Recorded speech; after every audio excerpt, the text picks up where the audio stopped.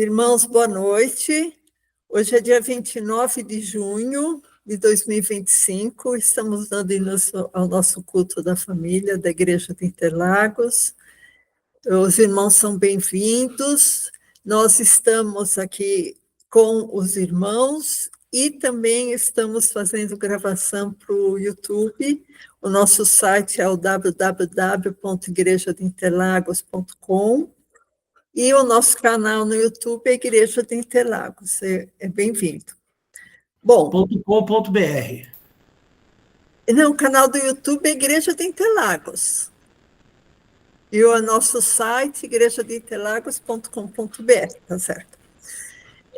Irmãos, eu gostaria de refletir com os irmãos várias passagens de discursos de Jesus, que está em Mateus 7, e quando a gente começa a ler, parece que está meio desarticulado.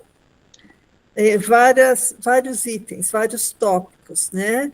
Mas, na verdade, está muito ligado uma coisa com a outra. Até eu queria que o pastor deixasse em Mateus 7 o tempo que eu estiver falando, porque nós vamos falar vários versículos de Mateus 7, e aí os irmãos podem acompanhar também, né? Porque hoje eu estava com vontade de falar uma coisa para os irmãos. Como ser cristão full time, né? Como ser cristão o tempo todo da nossa vida. Porque nós não somos cristãos só de terça-feira após 20 horas e domingo após as 18 horas, né? Nós somos cristãos o tempo todo, e a gente não pode tirar isso da nossa mente, porque, irmãos, é muito fácil a gente se perder, começar devagar, esquecer, muitas vezes, que a gente é cristão. É fácil, porque é cômodo, né? Por que é cômodo? A própria Bíblia fala que é o caminho largo. Porque ser cristão é caminho estreito. É se renegar. E nem sempre é fácil isso. Vai ficando mais fácil conforme o cristão vai amadurecendo, conforme o cristão vai chegando mais perto de Deus, conforme ele vai se aproximando mais da imagem de Cristo. Aí passa a ser mais fácil. Mas, mesmo assim, muitas vezes o velho homem quer se levantar, né? Muitas vezes o velho homem quer dar as cartadas, né? E é pensamento que vem, e é ações que a gente vai fazer, e é situações que a gente, quando vê, está dentro dela, e é circunstâncias desfavoráveis, e a nossa boca que fala alguma coisa, pensa, nossa, mas isso não é bom cristão falar. E é pensamento que vem em nossa mente. Por quê, irmãos? Porque a gente ainda está, vamos dizer, em construção. A gente é uma casa em construção, né? Ninguém está pronto, ninguém está 100% pronto. Nem o apóstolo Paulo, ele também se julgava ainda incompleto.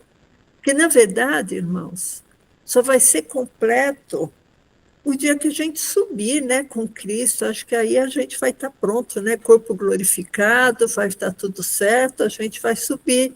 Mas enquanto a gente estiver aqui, irmãos, são tantas situações assim desfavoráveis que a gente tem que mergulhar no Espírito Santo, tem que mergulhar na palavra, tem que mergulhar na oração, porque vez por outra se apresentam circunstâncias na nossa vida que a gente fala, nossa, não é possível que eu fiz isso, que eu falei isso, que eu pensei isso, né? Mas eu acho que não existe, irmãos, uma pessoa que está plenamente santificada, com a mente totalmente santificada. Eu, pelo menos, não conheço. Vocês conhecerem alguém, vocês me apresentem. E aí eu vou falar para a pessoa, olha, você não está com muita jactância, você não está com muito orgulho, não? que também é uma falha, né? Então, eu vou ler aqui alguns versículos. Eu vou começar pelo 12, irmãos, pelo versículo 12. Aqui fala de julgamentos, né, que a maioria de vocês conhecem, aqui que não é para julgar, né, mas o verso 12 eu achei muito interessante. Portanto, tudo que vós quereis que os homens vos façam, fazei-lo também vós, porque esta é a lei e os profetas. Olha o que vem logo depois, irmãos. Olha que interessante. Entrai pela porta estreita, porque larga é a porta e espaçoso o caminho que conduz à perdição, e muitos são os que entram por ela. Então, vocês veem como esses dois versículos estão em sequência, né? Eu tenho que fazer para o outro o que eu quero que o outro faça por mim, né? Então, eu quero gentileza, eu tenho que dar gentileza. Eu quero que o outro tenha misericórdia de mim, então eu tenho que ter misericórdia com o outro. Eu quero ser perdoada, então eu tenho que perdoar. Eu quero ser agradada, eu quero receber um sorriso, então eu vou dar o sorriso para alguém. Irmãos, tudo isso é uma coisa muito recíproca. E muitas vezes a gente fica numa postura de esperar que o outro faça para mim, como se eu fosse uma criatura muito especial, além do normal, né? E eu acho que isso é um princípio importante para o caminho estreito, porque é uma coisa que não é fácil, irmãos, também. Tá? Lógico que o caminho estreito se refere a uma porção de outras coisas. Se refere à santificação, se refere a uma vida com Deus, se refere a uma vida em oração, uma vida com o Espírito Santo, mas também, irmãos, muitas das nossas ações têm que ser dirigidas, né? Porque às vezes a pessoa fala, mas eu não senti de Deus perdoar o meu irmão. Irmão, você não precisa de sentir de Deus perdoar seu irmão. Isso é um mandamento de Jesus, né? Eu não senti de Deus que eu não devo julgar. Você não deve julgar. Apenas com aquelas ressalvas que a gente já falou, se você tiver dúvida, naquela pregação que a gente fez sobre não julgueis, que tem algumas ressalvas quanto a isso. Mas, às vezes, a pessoa tem uma postura muito julgadora perante os homens, né? Tem uma régua muito alta, né? E nem sempre isso representa a misericórdia, demonstra a misericórdia, né? E indo um pouco mais para baixo, a gente vê da árvore seus frutos, né? Então, aí no versículo 15, o Jesus fala assim, acautelai-vos, porém, dos falsos profetas, que vêm até vós vestidos como ovelhas, mas interiormente são lobos devoradores. Por seus frutos os conhecereis. Porventura, colhem-se uvas de espinheiros ou figos de abrolhos? Assim, toda árvore boa produz bons frutos, e toda árvore má produz frutos maus.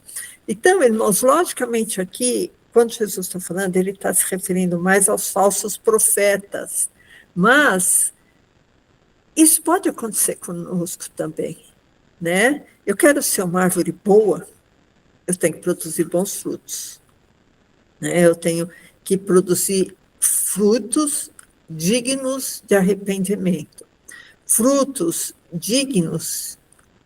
Se eu me considero uma filha de Deus, eu tenho que produzir frutos dignos disso, dignos de arrependimento, né? Então, isso daqui é uma coisa muito interessante, irmãos, porque às vezes a gente vê uma pessoa que se diz cristão, né? Mas que você vê pela vida dela que os frutos dela não são muito bons. Aí a gente tem que voltar lá em cima, né? No verso 12, né? Quando fala que a gente tem que fazer o que os outros querem que a gente faça, né? Eu tenho que fazer uma coisa boa, uma gentileza, e parece que volta a gentileza. Quando eu falo bruscamente, quando eu falo com uma pessoa de um jeito grosseiro, de um jeito estúpido, provavelmente eu não vou receber gentileza de volta, né? E a mesma coisa, quando eu sou amável, quando eu sou gentil, geralmente eu recebo também essa boa educação, essa fineza, esse jeito de falar mais gentil, né? Então, vocês veem como se entrelaça uma coisa com a outra, porque se eu estou dando uma gentileza, se eu estou falando com amor com alguém, eu estou dando um fruto bom com alguém. Se eu estou com 4 pedras na mão distribuindo aí para todo mundo, eu estou dando fruto mal, né? Eu sei que aqui está se referindo aos falsos mestres, aos falsos profetas, né? Mas eu acho que é uma coisa que cabe a mim também, cabe a mim também, né? E quando no verso 13 fala em caminho estreito, esses são os meus atos, irmãos. São os meus atos, porque quando o velho homem quer soltar a franga, entre aspas, quando o velho homem quer se extrapolar, fica muito fácil xingar, fica muito fácil extrapolar as emoções, fica muito fácil desopilar o fígado na cabeça de alguém, né? Isso aí é muito fácil, é muito pueril, né?